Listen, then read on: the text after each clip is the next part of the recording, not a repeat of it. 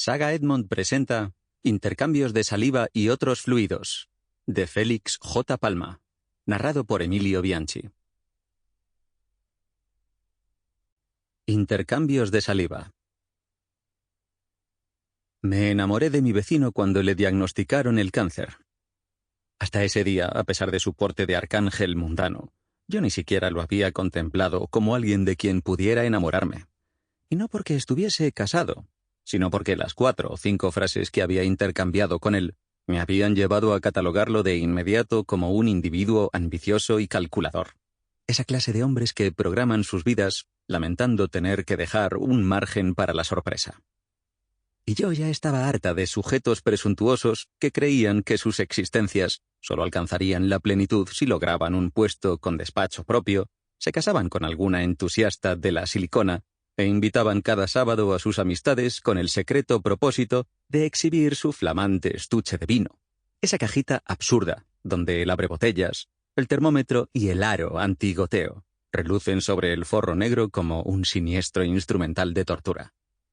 Dicha impresión se había ido gestando durante nuestros escasos encuentros en el portal de entrada, pero acabó de redondearse durante la barbacoa que algún vecino filántropo organizó junto a la piscina, en ese terreno acotado que es el patio interior, donde nuestros patéticos intentos de confraternización vecinal quedaban ocultos al mundo. Yo había adquirido un apartamento en aquel conjunto residencial para aprendices de ricacho, gracias a la muerte de mi madre, que me había dejado 4 candelabros de plata y la tercera parte de un piso enorme, cuya venta mis hermanos no habían tenido inconveniente en gestionar durante el sepelio, mientras nuestra progenitora era alojada en el nicho donde llevaba 4 años aguardándola paciente la osamenta monda de mi padre. Mi parte del botín y lo que llevaba ahorrado de mi trabajo en el archivo me convirtieron súbitamente en una criatura pudiente, o al menos capacitada para dejar mi madriguera de alquiler y mudarme a un pintoresco complejo con piscina. Allí llevaba ya 3 meses, hilando una vida tranquila, de funcionaria, que me abocaba a entretener las tardes, espiando el trajín de mis vecinos por la ventana que daba al patio, mientras veía en las casas de enfrente moverse también algunas cortinas como un reflejo de la mía. Fue aquella vigilancia gremial y sostenida del movimiento ajeno a la que parecía condenarnos la disposición del edificio, la que favoreció que se propagase la funesta noticia. El atractivo vecino del 7, aquel Alejandro Magno empresarial, era un ídolo con pies de barro, pues acababan de diagnosticarle un cáncer.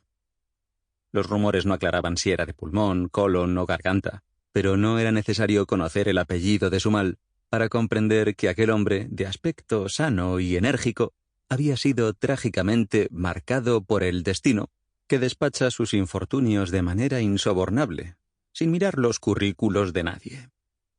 Lo mismo permite que el dictador de una república bananera rebase los 90 con ganas de guerra, que impide que un cardiólogo capaz de hacer progresar la ciencia médica sobrepase la 50, averiándole el órgano en el que se ha especializado. Por eso, cuando me enteré de que nuestro vecino tenía cáncer, lo único que sentí por él fue una pena pasajera, inmediatamente eclipsada por ese miedo atroz que suele provocarnos la arbitrariedad con que el destino administra su dote. Por aquel entonces yo acababa de romper con Juan, mi cuarto novio, en lo que iba de año, y había decidido detener aquel carrusel de relaciones precipitadas e insatisfactorias para tratar de encontrarme a mí misma, sin tener que recurrir a ningún manual de autoayuda. Lo principal era empeñar mis tardes en algo más saludable y productivo que el insomne estudio del patio, por mucho que quisiese disfrazarlo de ensoñación nostálgica con el atrezzo de un té bebido lento o una copa mecida larga. Para ello decidí volver a pintar, actividad en la que nunca me había molestado en ahondar desde las clases de pintura de mi infancia. Fue el recuerdo del roce crujiente del carboncillo sobre el papel y del pequeño milagro que sucedía en la paleta cuando fomentaba la promiscuidad de los colores, lo que me animó a sustituir el olor del amor puramente acrobático que impregnaba mi apartamento por el aroma purificador del aguarrás, esa canela enferma. Compré un caballete, lo coloqué en una esquina del salón, como Becker su arpa, y me entregué a la Sample complete. Ready to continue?